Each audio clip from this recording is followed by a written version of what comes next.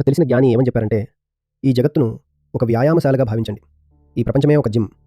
మీరక్కడ కసరత్తు చేస్తున్నప్పుడు ఆ బరువుల మీద పని చేస్తున్నారా? లేక మీ మీద మీరు పని చేసుకుంటున్నారా? అసలు మీరు జిమ్‌కి వెళ్ళేది ఆ డంబెల్స్‌ను తళతళ మెరిపించడానికా? చెప్పండి. ఈ రోజుల్లో మెషిన్ బావుండాలని లెగ్ ప్రెస్ చేసేవాళ్ళు ఎవరైనా ఉన్నారా? అది కొత్తది కదా! సౌండ్ వస్తోంది కాబట్టి కొంచెం వాడితే సెట్ అవుతుందిలే అని మెషిన్ గురించి ఆలోచించే వాళ్ళు ఎవరైనా ఉంటారా? జిమ్ అనేది ఒక తపశ్శాస్త్రం లాంటిది. అవునా కదా? మనం వింటూ ఉంటాం కదా! పాతకాలంలో ఋషులు ఘోరమైన తపస్సు చేశారని. వారి తపస్సు అంతర్గతమైనది. కానీ ఆ తపస్సుకు ఒక శారీరక రూపం అంటూ ఏదైనా ఉందంటే అది ఈ జిమ్ మాత్రమే. దానికిది చాలా దగ్గరగా ఉంటుంది. మీరు గనక పద్ధతిగా కసరత్తు చేస్తే ప్రాణం పోయేంత పనవుతుంది. ఒళ్ళు వేడెక్కి తప్పించిపోతారు. ఒళ్ళంతా చెమటలు చిందుతాయి. ఇదే కదా అసలైన తపస్సంటే. కానీ ఇప్పుడక్కడికి వెళ్ళి చేతిలో డంబెల్ పట్టుకుని సెల్ఫీలు తీసుకుంటూ ఇన్‌స్టాగ్రామ్‌లో పెడుతున్నారు. అసలు మీరేం చేస్తున్నారు?